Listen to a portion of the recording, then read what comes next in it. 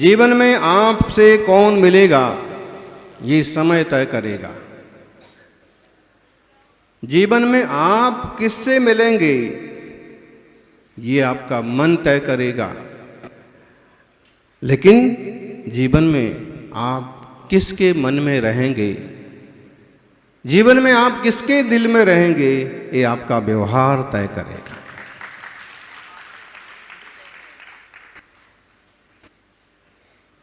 और आप परमात्म तत्व को उपलब्ध होंगे ये गुरु तय करेंगे। गुरु के चरणों में तय होता है। सौभाग्यशालियों, व्यवहार, आचार, विचार और व्यवहार जिसके तीनों शुद्ध होते हैं वो इंसान इस धरती पर संत महात्मा से कम नहीं होता। और अगर वो सच में संत महात्मा हो तो फिर कहना ही क्या।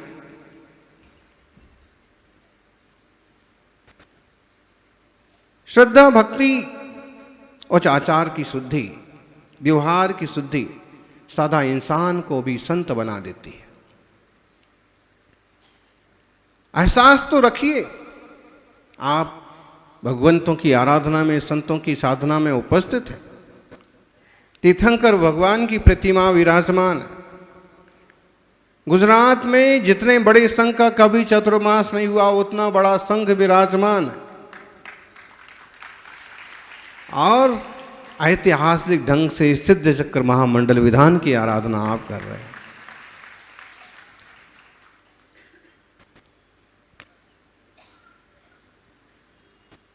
दादी बोली, आंगन में पंख मिला है, आंगन में मोर पंख मिला। यहां भी एक दिन ऐसा हुआ, साधुओं की पिछी बन रही हैं, एक मोर आया और एक पंख गिरा करके गया। मुनि राजों की जो पिच्छी होती है, दर्शना बहन को मालूम हो, मोर के पंख हैं और ये जीवों की रक्षा के लिए हैं। कोई जीव यहाँ किताब पर आ गया, कोई जीव रास्ते में आ गया तो उसे हटा दिया जाए, उसको कुचला ना जाए, इसके लिए है। और ये जो है मोर से छीने नहीं जाते हैं, मोर गिरा के जाता है। तो जब किसी ने बताया कि मोर पंख गिरा के गया है और मैं बाहर से उठा के लाया हूँ, तो फिर हमने सब साधुओं के बीच में कहा कि शायद मोर को भी मालूम है कि महाराज जी मोर पंख की पिच्छी लेते हैं। और देखा, पहले दिन अपन जा रहे थे तो मोर नाच रहा था, तो उसने तभी बता दिया कि मेरे पास बहुत सारे पंख हैं, आप फिक्र मत करो, पिच्छी परिवर्तन बढ़िया से होगा। और वो भी पंख खींच के नहीं लेंगे, पंख गिराना पड़ते हैं, गिराते हैं मोर। तो ऐसा मोर पंख गिरा देते हैं, आंगन में गिरा दिया होगा। और दादी ने देखा तो कहा, आंगन में मोर का पंख है, मोर का पंख मिला है। दादा बोले, जरूर मोर आया होगा, जरूर। बाबूजी आप क्या बोलेंगे? आंगन में मोर का पंख मिला, दादा बोले जरूर मोर आया होगा। लेकिन पोता बोला हो सकता है कृष्ण आए हो सकता है कृष्ण के पास भी तो मोर पंख है, हो सकता है कृष्ण आए हो। एहसास करना है आपको, वो आए हैं कि नहीं हैं, वो आए हैं कि नहीं आए हैं, उपस्थित हैं कि नहीं हैं। लेकिन इस भक्ति की आराधना में जैसे साक्षात सिद्ध खुद उपस्थित आए, और सिद्ध भगवंत उपस्थित नहीं है तो भावी सिद्ध चलते फिरते सिद्धों से गुरु उपस्थित हैं। एहसास करो, अनुभव करो। जैसे एक सज्जन कहने लगे, भगवान को किसने देखा, भगवान कहाँ है? कौशिक भाई, बहुत लोगों को होता है टेंशन, वो अपना भरोसा तो करते नहीं, मैं इंसान हूँ कि नहीं हूँ ये तो देखते नहीं, लेकिन भगवान है कि नहीं इसकी बहुत चिंता रखते। आप भगवान की फिक्र मत कीजिए, आप अच्छे इंसान बन जाइए, भगवान आपो आप नजर आने लग जाएंगे। भगवान है, कैसे है? इस दुनिया में जैसे ऑक्सीजन व्याप्त है, इस दुनिया में जैसे वायुमंडल में तरह तरह की गैसेस व्याप्त हैं, ऐसे ही परमात्मा भी है। आत्मा भी है। ओ गैस दिखती नहीं है लेकिन है। ऐसे ही हमारा आत्मा हमें आंखों से दिखता नहीं है, पवित्र परमात्मा आंखों से दिखता नहीं है। ये जो मूर्ति बना के विराजमान की है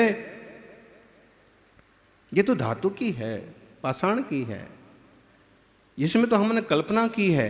वास्तव में परमात्मा तो सर्वज्ञ वीतरागी और लोक के अग्रभाग में विराजमान है और उन अनंत अनंत सिद्धों की हम आराधना कर रहे हैं। जैन दर्शन का अद्भुत विज्ञान है। दुनिया में शायद कोई ऐसा दर्शन हो जो कहता हो कि आत्मा परमात्मा बन सकता है। हैं कुछ दर्शन के जो कहते हैं कि आप ईश्वर में ईश्वरमय हो जाएंगे, परमात्मा तत्व को उपलब्ध हो जाएंगे, लेकिन महावीर स्वामी कहते हैं कि आपका आत्मा भी परमात्मा हो सकता है। जबरदस्त घोषणा है। इस आत्मा, इस देह में विराजमान जो आत्मा है वो शुद्ध हो जाए तो परमात्मा हो सकता है। और जो जो परमात्मा हो गए, जिसने राग द्वेष, जैन शासन की एक विशेषता है, किसी व्यक्ति की पूजा नहीं है। भले हम महावीर स्वामी का नाम लेते हों, ऋषभदेव, अजितनाथ वगैरह तीर्थंकरों के नाम लेते हों, राम, युधिष्ठिर, भीम का नाम लेते हों, हनुमान का नाम लेते हों, कई सिद्धों की श्रेणी में सम्मिलित हैं, भगवान है, लेकिन वास्तव में यहाँ व्यक्ति की पूजा नहीं होती है, गुणों की पूजा होती है। और जिन जिन ने अपने शुद्ध गुणों को उपलब्ध कर लिया वो सभी भगवान हमारे पूजनीय हैं। जिसने राग द्वेष काम आदिक जीते, भगवान कौन है? दिगंबर मुनियों की साधना केवल नग्नत्व की साधना नहीं है, ये वीतरागता की साधना है। बिना राग द्वेष मोह से ऊपर उठे बिना इस तरह का वेशभूषा भी असंभव है। इस कल युग में जहाँ लोग वासनाओं के गुलाम हैं, वहाँ कोई साधना में इस स्तर तक उतर जाए कि निर्वसन हो करके भी वीतराग स्वरूप को प्राप्त कर जाए। आत्मार्थियों, राग द्वेष मोह विकार षड रिपु ये हमारे आत्मा के अहितकारी हैं। गीता में कृष्ण कहते हैं कि यही विकार हैं, इन्हें खत्म करो, स्थित प्रज्ञ बनो। समय सार में कुंद कुंद कहते हैं कि चैतन्य को पहचानो। अहमिक्को खलु शुद्धो दंसन नाण मय्यो सदारूपी नवियत मज्ज किंचिबी अन्नम परमाणु मित्तम्पि। मंत्री जी, प्राकृत भाषा की गाथा है और प्राकृत भाषा और ब्राह्मी लिपि का बहुत प्राचीन काल से इस देश के साथ संबंध है। देश और दुनिया को इस भाषा और लिपि ने बहुत कुछ दिया। परसों देश के संस्कृति मंत्री, पर्यटन मंत्री गजेंद्र सिंह जी के उपस्थिति में ब्राह्मी लिपि कैलेंडर का विमोचन हुआ और उसके शिलालेख देख करके, उसके बारे में सुन करके, समझ करके वो भी अचरज में पड़ गए और वो एक्स्ट्रा 2 कॉपी और लेके गए। बोले एक मेरे लिए, एक मेरे ऑफिस के लिए और एक मैं प्रधानमंत्री जी को गिफ्ट करूंगा। ये अद्भुत चीज है। देश में ऐसी चीजें हो रही हैं पुरातत्व के लिए, देश के लिए, धर्म समाज के लिए हम पुरानी चीजें खोज पा रहे हैं। विकास के साथ विरासत, विरासत के साथ विकास। विरासत को नहीं भूल जाना है। बेटे पोते पढ़ करके इंजीनियर और डॉक्टर भले बन जाएं, लेकिन दादा बाबा के ज़माने की शिक्षाएं भी फिजूल नहीं हैं, उन्हें भी याद रखना। सौभाग्यशालियों, कितने थोड़े से शब्द हैं। अहम एको खलु शुद्धो, मैं एक हूँ, शुद्ध हूँ, दर्शन ज्ञानमय हूँ, जनसणनाणमयो। इस दुनिया का एक कण भी मेरा नहीं है। ये तो जिम्मेदारियां हैं। कोई अध्यक्ष हैं, कोई मंत्री हैं, कोई सरकार में मंत्री हैं, कोई विधायक हैं। कौशिक भाई विधायक हैं। 8 दिन पहले तक बहन भी विधायक थी, अब मंत्री हैं। चीजें बदलती रहती हैं, इसलिए बदलती हुई चीजों से ज्यादा चिपको मत। जो भूमिका आपको मिली है, जो कर्तव्य आपको मिला है, उसे करो, लेकिन उससे चिपको मत। चिपक के रहोगे तो परेशान हो जाओगे, और आप जिस भूमिका में हो उसे निभाओगे। ये सासें क्यों दुखी होती हैं बताओ? आप तो नहीं दुखी, आप तो खुश हैं, क्योंकि आप जो है शायद भूमिका से समझौता करना जानते हैं। बताओ जी सरिता जी, आप भी दुखी नहीं है, फिर दुखी कौन है? जो समझौता नहीं कर पाता है, जो भूमिका को नहीं समझ पाता है। अब बेटे की बहू आई है तो बेटे को बहू के साथ भी रहना पड़ेगा, समय भी देना पड़ेगा, बात भी सुनना पड़ेगी। और माँ हर बार यही सोचे कि आजकल तो ये मेरी सुनता ही नहीं, आजकल तो इसको मेरे खाने की भी ज़रूरत नहीं, आजकल तो ये मेरे को पूछता ही नहीं, यही समस्या है। अब यहाँ ये समझ लो कि मेरी भूमिका अब थोड़ी चेंज हो गई है। अब मैं एक बेटे की माँ नहीं रही, अब मैं एक बेटे की माँ के साथ साथ दूसरे घर से आई हुई एक बेटे की भी माँ हूँ। जो बहू है उसके लिए भी मुझे माँ की तरह सोचना पड़ेगा, तो ठीक चलेगा काम। भूमिका से समझौता करना सीखो। श्रीमान जी क्यों परेशान हो जाते हैं? जब से बेटा आया है, जब से बेटी का जन्म हुआ है, तो ये तो सारा समय उसी को दिए जाती है, मेरी तो चाय और कॉफी भी तैयार नहीं होती है। क्यों? अब वो भूमिका से समझौता नहीं कर पा रहे। अब मैं पिता की भूमिका में। आप अपनी भूमिका को समझो और भूमिका के साथ न्याय करो, तभी आप असली कलाकार कहलाएंगे। इस दुनिया एक रंग मंच है, यहाँ हर एक व्यक्ति कलाकार है, और जो इस कला को समझ जाता है वो कलाकार एक दिन निखर जाता है। बिना क्लेश के, बिना दुख के, बिना पाप के भव पार हो जाता है। लेकिन जो कलाकार बनने की बजाय, नाटक बनने की बजाय, नाटककार बनने की बजाय नट बन जाता है, वो परेशान हो जाता है। तो आप अपनी भूमिका से समझौता भी करें, लेकिन इस बात का ध्यान रखें कि आप एक शुद्ध तत्व हैं, एक आत्मा है, एक ब्रह्म का वास आपके भीतर है, जो दर्शन ज्ञानमय है, अरूपी है, और जितना आयुष्य है उतने प्रमाण यहाँ रहना है। इसके बाद यहाँ से चले जाना है। यहाँ से कहाँ से? गुजरात यूनिवर्सिटी से। जैसे ही गुजरात यूनिवर्सिटी से अहमदाबाद से जाना होगा, ऐसे ही एक दिन देह छोड़ के भी जाना है। खबर रखो, ये भी एक घर है। जैसे अपना अभी हमने सुना विधायकों के घर बदल गए। गांधीनगर चतुर्मास में जहाँ विधायकों के वो थे, विधायकों के निवास थे, वहाँ हम लोग स्वाध्याय करने जाते थे अक्सर कर। तो कई बार विधायक आ जाते थे। तब आप दोनों भी विधायक नहीं थे। 2018 में आप विधायक थे क्या? 2018 में आप, लेकिन वहाँ हम लोग जाते थे अक्सर कर। सब एक दिन लगभग 150 विधायक एकत्रित हुए। जो भी है, अब पहले वो पुराने वाले थे, अब हो गया नए साल में गृह मंत्री नया गिफ्ट दे के गए हैं। लेकिन विधायकों कहो, जनप्रतिनिधियों की कहो, जिम्मेदारी बनती है। सरकारी चीज़, सरकारी वस्तु, सरकारी गाड़ी, सरकारी चीज़ें, वो भी एक नैतिकता और जिम्मेदारी से यूज करना चाहिए।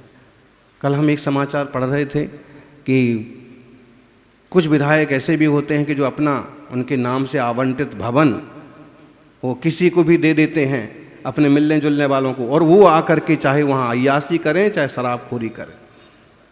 ऐसा नहीं होना चाहिए। जनप्रतिनिधियों को, जनता को तो अपनी जिम्मेदारी समझना ही चाहिए, जनप्रतिनिधियों को भी अपनी जिम्मेदारी समझना चाहिए। अगर टीचर है तो उसे अपना पूरा 5-6 घंटे का समय स्कूल को देना ही चाहिए।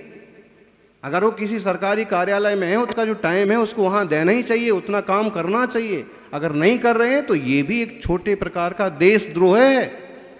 देश का खा तो रहे हो लेकिन भजा नहीं रहे हो।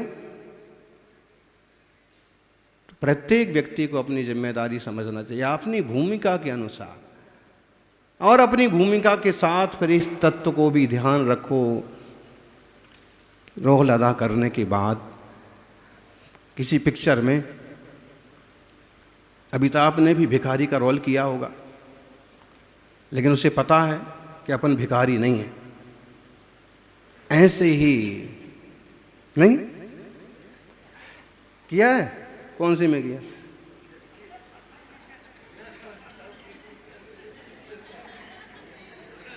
ये जो है हमारे इनका इंसाइक्लोपीडिया हैं, ये फिल्म सिटी के, मतलब आपको कौन सा भजन गीत गाना।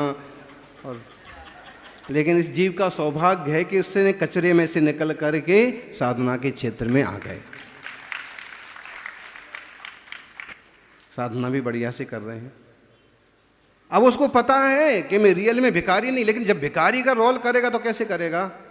हैं बाबूजी 2 पैसा हैं, दो जो दे उसका भी भला और जो ना दे उसका।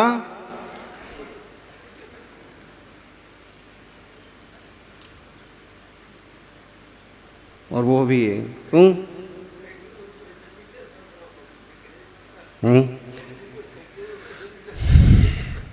हम उदाहरण दे रहे हैं कि जैसे उसे पता है कि वो भिखारी नहीं है, ऐसे ही हम दुनिया की कोई भी भूमिका में रहें, अपना क्या कलाकारी से रोल अदा करेगा कि जनता तालियां पीटने लगेगी, क्या बढ़िया रोल किया।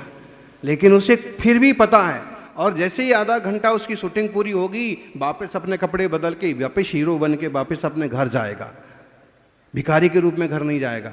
ऐसे ही हम सब इस संसार में कभी भिखारी का, दुकानदार का, अध्यक्ष का, मंत्री का, सेठ जी का, जो भी रोल करना पड़े पूरी रोल शिद्दत से करो कि दुनिया भी ताली बजाने लग जाए। लेकिन साथ में एक बात याद रखो कि ये ही मैं नहीं हूं, मेरे भीतर का कलाकार तो कुछ और ही है, वही है जो परमात्मा है। आत्मार्थियों,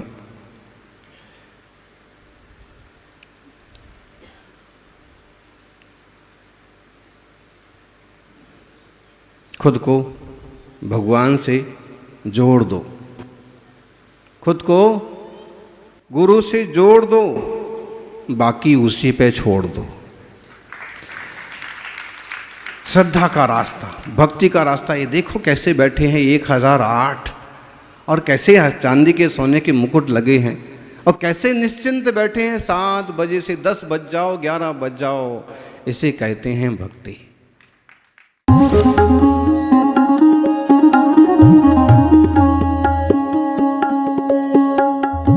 राजस्थान